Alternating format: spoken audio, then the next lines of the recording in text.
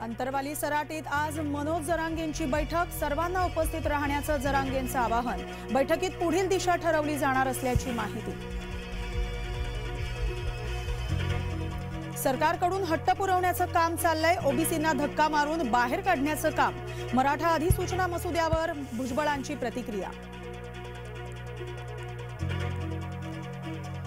ओबीसींच्या राजकीय आरक्षणाचा प्रश्न गुंतागुंतीचा होणार नाही म्हटलं तरी हा ओबीसीला धक्का, पंकजा मुंडेंचं सूचक विधान। ओबीसी समाजही मतदान करतो हे विसरू नका, भुजबळांचा सरकारला इशारा। अधिकाऱ्यांच्या कानाखाली 12 वाजवा, आपले वरिष्ठ सागर बंगल्यावर माझं कोणी वाकडं करू शकत नाही, नितेश राणेंचं पंढरपुरात वक्तव्य।